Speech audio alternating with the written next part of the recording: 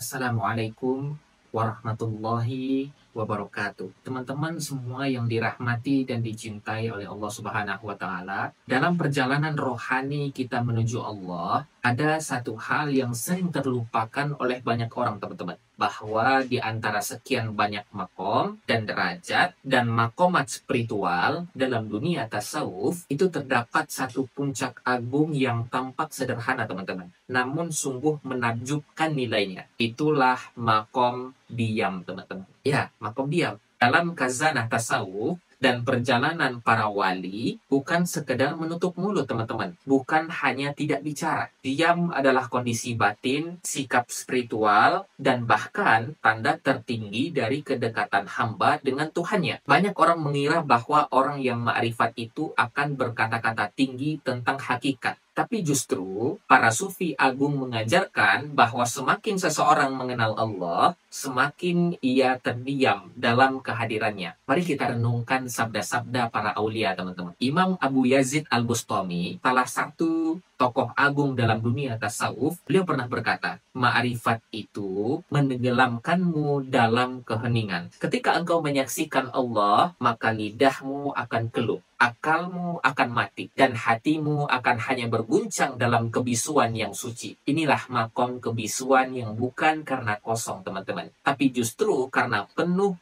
oleh kesadaran akan kehadiran Allah. Syekh Abdul Qadir Al-Jailani dalam kitabnya Futuhul Ghaib, beliau berulang kali menegaskan bahwa manusia yang telah sampai pada makom ma'rifat sejati akan menjadi seperti orang mati di hadapan Robnya. Tidak berkehendak, tidak membantah, tidak mendebat. Dia hanya tunduk total kepada Allah. Diamnya bukan hanya tidak tahu, tetapi karena telah melihat langsung. Dan apa yang dilihat itu tak lagi bisa diungkapkan oleh lisannya, teman-teman. Ibnu Athaillah dalam Al-Hikamnya juga berkata, diam dari selain Allah adalah ucapan, dan ucapan tentang Allah adalah diam, teman-teman. Artinya, ketika seorang salik telah larut dalam lautan ma'rifat, maka semua pembicaraan tentang selain Allah itu menjadi tidak berarti. Dan bahkan untuk menyebut Allah pun, dia lebih memilih diam, karena tahu bahwa tiada kata yang cukup untuk menyebutnya. Teman-teman semua yang disayangi Allah, sampai di sini saya menyampaikan kepada teman-teman semua untuk terus menyimak kajian ini sampai akhir, karena nanti kita akan masuk lebih dalam lagi dalam rahasia kenapa diam itu menjadi makom tertinggi dalam perjalanan rohani. Jangan lompat-lompat ya, teman-teman, karena ini bukan hanya sekedar pemahaman biasa, tapi ini soal transformasi jiwa, teman-teman. Mari kita lanjutkan. Syekh Ibnu Athaillah, beliau pernah mengisyaratkan bahwa manusia yang masih suka membantah, menyanggah, atau sibuk menjelaskan tentang dirinya sendiri belumlah sampai kepada derajat ma'rifat, teman-teman. Karena orang yang ma'rifat, dia telah sirna dari dirinya, dia fana dari egonya, dan jika dia bicara, maka yang bicara hanyalah nur ilahi yang terpantul dari hatinya, teman-teman. Bahkan dalam hikmah yang lain disebutkan, seseorang tidak lagi dikatakan arif hingga dia jadi rahasia bagi rahasia. Bayangkan, teman-teman, rahasia bagi rahasia. Itu artinya apa? Dia tidak hanya diam dalam kata, tapi juga diam dalam gerak, diam dalam ego, diam dalam kehendak. Dia menjadi kosong, sunyi, namun sepenuhnya diisi oleh Allah, teman-teman. Kita bisa mengambil pelajaran dari Nabi Musa alaihissalam ketika hendak berbicara dengan Allah. Allah berfirman, maka lepaskanlah kedua terompah atau sandalmu, wahai Musa. Quran, surat Toha, ayat 12. Kata para ahli tafsir dan sufi, ini adalah simbol bahwa sebelum bisa berbicara dengan Tuhan, seseorang harus menanggalkan dua hal dalam hidupnya. Yang pertama dirinya dan dunianya yang kedua. Dan setelah itu, Nabi Musa alaihissalam diam, mendengarkan, larut dalam wahyu, tenggelam dalam kesadaran ilahi, teman-teman. Diam dalam ma'rifat bukanlah ketidakpedulian terhadap dunia. Justru sebaliknya, teman-teman. Orang yang ma'rifat paham betul bahwa kata-kata itu memiliki beban dan dia tidak ingin mengucapkan satu huruf pun yang tidak mendekatkan dirinya kepada Allah. Maka dia bicara hanya ketika diperintah,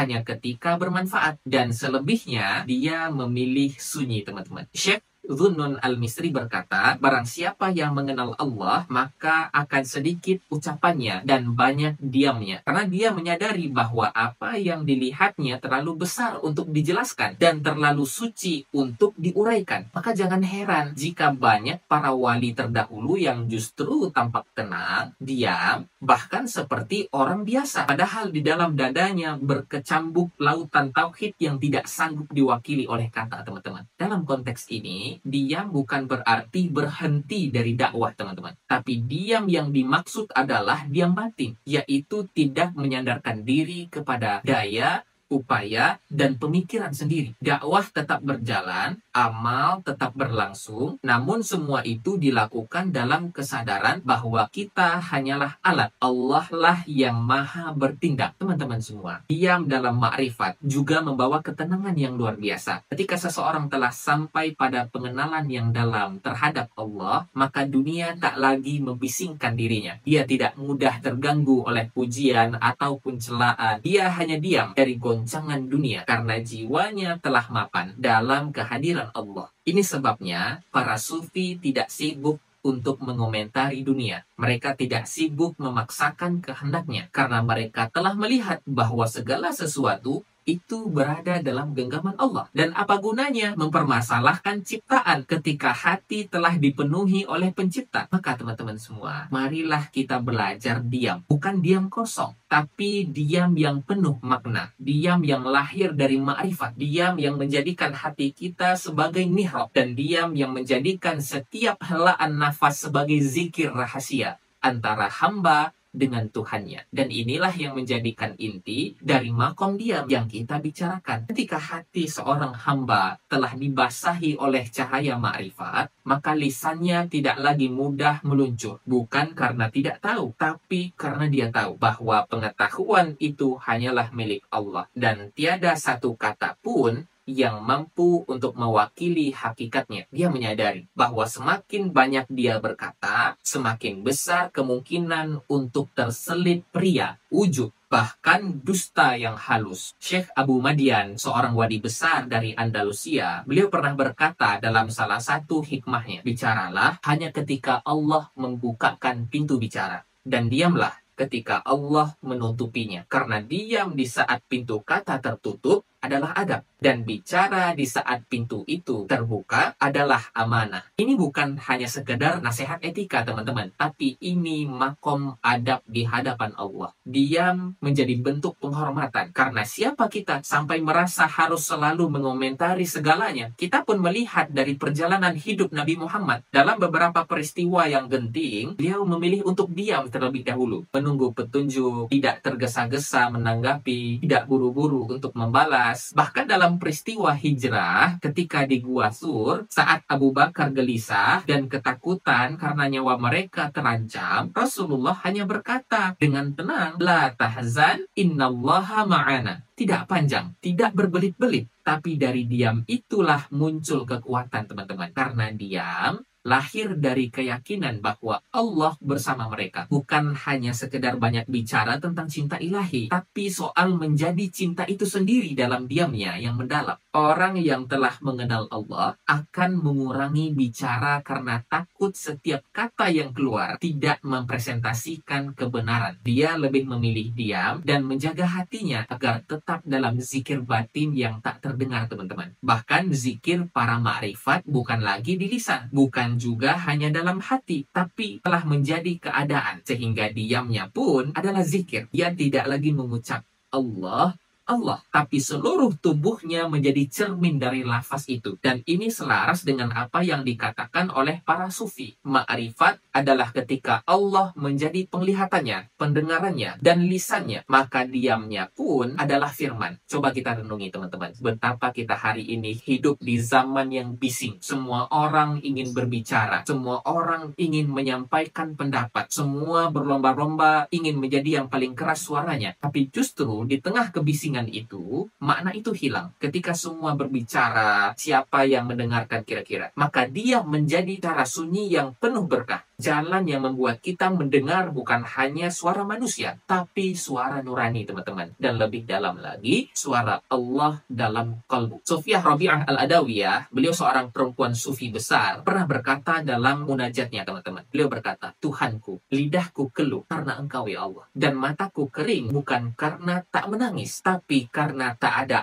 air yang cukup untuk membasuh kerinduan ini. Lihatlah, teman-teman, bagaimana dalam diam dan tangis itu beliau menyampaikan cinta yang tak bisa diterjemahkan dalam bahasa biasa. Karena cinta kepada Allah ketika telah mencapai makom tertinggi, justru tidak butuh penjelasan. Ia hanya butuh dihayati, dirasakan. Dan diam adalah bentuk ekspresi tertinggi dari cinta semacam itu. Jika hari ini kita merasa jenuh dengan kebisingan dunia, jika merasa penat dengan kata-kata yang tak kunjung membawa damai, mungkin barangkali Allah sedang memanggil kita ke makom diam. Diam bukan berarti pasrah buta, teman-teman. Tapi diam yang dimaksud adalah bentuk kerendahan diri yang tertinggi. Orang yang benar-benar ma'rifat, beliau tidak butuh pengakuan. Dia tidak merasa perlu menjelaskan jati dirinya. Dia hanya ingin larut, fana, hilang dalam Allah. Dan ketika Allah izinkan dia bicara hanya sebagai pantulan kehendak Allah. Itulah sebabnya, teman-teman, para wali besar kadang tampak sederhana mereka. Tidak suka tampil, tidak suka berdebat, tidak banyak bicara soal hakikat. Tapi kehadirannya pun menggetarkan. Karena diamnya penuh isi, teman-teman. Hatinya penuh dengan Allah. Jiwa mereka bersambung dengan langit. Meski langkahnya tetap membumi. Ketika kita semua mulai mencicipi diam seperti ini, kita akan memahami bahwa banyak hal dalam hidup tidak butuh reaksi. Banyak urusan dunia yang akan selesai dengan hanya berserah. Dan ma'rifat bukan berarti mengetahui segalanya, teman-teman. Tapi justru mengakui bahwa kita tidak tahu apa-apa, kecuali yang Allah izinkan. Maka mari kita latih diri kita, teman-teman. Dalam perjalanan spiritual kita, mari kita sisakan ruang untuk diam. Bukan diam hampa, tapi diam yang mengakar dalam zikir, dalam rasa takut, dalam rasa rindu, dan dalam rasa tunduk, teman-teman. Biarlah kata-kata kita menjadi sedikit, namun bergizi. Biarlah suara kita pelan, namun sampai, teman-teman. Karena boleh jadi, dalam diam kita, Allah menyampaikan sesuatu yang tidak bisa dijelaskan oleh sejuta kata. Karena perjalanan ma'rifat bukanlah jalan yang berbatu dan penuh paksaan, melainkan jalan halus, kelembutan hati, kejernihan pandangan, dan kesanggupan untuk menanggalkan semua bentuk kesibukan yang tidak penting, teman-teman. Dan di titik inilah diam menjadi bukan hanya sekedar pilihan, melainkan keniscayaan spiritual. Diam menjadi tempat berteduh ketika dunia sudah terlalu gaduh dan pikiran sudah terlalu bising dengan prasangka-prasangka yang tidak membawa kedamaian, teman-teman. Syekh Ibnu Ajibah dalam tafsir Isarinya menjelaskan bahwa diam yang lahir dari ma'rifat adalah bentuk tajalli, teman-teman. Yaitu ketika Allah menyingkapkan sebagian rahasia kepada seorang hamba, maka hamba itu akan menjadi terpesona, terdiam, tak kuasa bicara, karena apa yang dilihatnya terlalu agung, teman-teman. Maka bukan karena tak tahu, melainkan karena melihat. Diam karena telah menyaksikan, sebagaimana Nabi Musa tak kuasa menatap tajalli Allah di bukit. Seorang arif yang tak kuasa bicara ketika hati disingkapkan pada hakikat. Diam para arifin adalah bentuk syukur para arifin, sebab mereka tahu bahwa bicara bisa menciderai kesucian hakikat, bisa menyakiti orang yang belum siap menerimanya, atau bisa membuka tirai yang semestinya tertutup. Itulah sebabnya para guru hakikat kadang hanya memberi isyarat, teman-teman. Sebagian lain memilih menyampaikan makna dengan simbol, bahkan hanya dengan menyampaikan lewat diamnya, lewat tatapannya. Karena mereka yakin Allah akan menyampaikan kepada siapa yang dia kehendaki, tanpa perlu kata-kata yang berlebih. Bukankah Rasulullah juga pernah bersabda dalam hadis sahihnya, barang siapa yang beriman kepada Allah dan hari akhir, hendaklah dia berkata yang baik atau diam. Dan dalam tafsir sufi, hadis ini tidak hanya berlaku pada kehidupan sosial, teman-teman, tapi juga dalam makom batin, bahwa berkata baik adalah berkata dengan bimbingan ilahi. Dan diam adalah bentuk paling tinggi dari adab terhadap Allah. Kita bisa menengok perjalanan Sayyidina Abu Bakar As-Siddiq, sahabat terdekat Nabi. Beliau ahli ma'rifat sejati. Beliau dikenal sangat sedikit bicara. Bahkan disebutkan dalam beberapa riwayat, beliau sering meletakkan kerikil di mulutnya sebagai pengingat agar tidak banyak bicara. Itu bukan karena beliau bodoh, na'udzubillah, tapi karena beliau tahu betapa besar tanggung jawab dari setiap kata yang diucapkan, teman-teman. Dalam diamnya itu, justru beliau menyerap, merenung, dan memantulkan cahaya nubuwah dalam bentuk amal yang jernih, teman-teman. Demikian pula Sayyidina Ali bin Abi Thalib, pintu ilmu Nabi, yang perkataannya sedikit, tapi dalam sekali. Sangat penuh hikmah. Dalam diamnya ada samudra. Dan dalam setiap kata yang lahir yang dia ucapkan, itu terkandung ribuan makna yang tak akan habis dikaji, teman-teman. Orang-orang seperti ini, beliau tidak berbicara karena ingin terlihat tahu. Mereka berbicara karena membawa amanah. Dan jika tidak ada amanah itu, maka diam lebih mereka sukai. Teman-teman semua, inilah yang harus ingin kita tanamkan dalam hati kita semua. Bahwa diam bukanlah kelemahan, melainkan kekuatan yang lahir dalam kejernihan ruhani. Karena saat kita diam, kita memberi ruang bagi Allah untuk berbicara dalam hati kita. Kita membuka saluran bagi nur untuk turun. Dan kita menyingkirkan ego yang selalu ingin mendominasi percakapan. Maka tidak heran jika dalam tarekat-tarekat sufi, banyak murid diperintahkan oleh mursyidnya untuk berkhalwat dalam diam. Khalwat bukan hanya duduk sendiri, teman-teman, tapi mematikan kegaduhan dalam dirinya. Tidak hanya menutup mulut, tapi menutup ruang-ruang batin dari godaan-godaan dunia. Karena hanya dalam diam itulah suara ilham bisa terdengar. Hanya dalam diam itulah kesadaran akan hadir sepenuhnya. Dan hanya dalam diam itu, kita menyadari bahwa yang kita cari selama ini sudah ada dalam diri kita sejak awal, teman-teman. Makrifat yang sejati tidak membawa kita menjadi banyak bicara, apalagi merasa paling benar. Justru dia membawa kita kepada titik yang paling rendah, yaitu hati. Titik di mana kita mengakui semua ini milik Allah. Yang kita ketahui hanyalah setetes dari lautan ilmunya. Dan tidak ada gunanya menyombongkan setetes saat seluruh samudra masih tersembunyi. Karena itu, teman-teman, mari kita tata kembali relasi kita. Mari kita latih diri kita untuk lebih banyak diam dalam berzikir. Lebih banyak mendengarkan, lebih banyak hadir dalam hati. Jangan merasa rendah karena diam, teman-teman. Dan jangan merasa mulia karena banyak bicara. Karena kadang yang paling dekat dengan Allah bukanlah yang paling lantang suaranya, melainkan yang paling dalam diamnya. Karena perjalanan kita dalam makrifat ini, teman-teman semua, itu tidak akan selesai dalam satu kali dengar saja, atau satu kali renung saja. Dia butuh istiqomah, butuh pendalaman, dan yang paling terpenting adalah butuh kebersamaan dalam suasana ruhani yang saling menguatkan.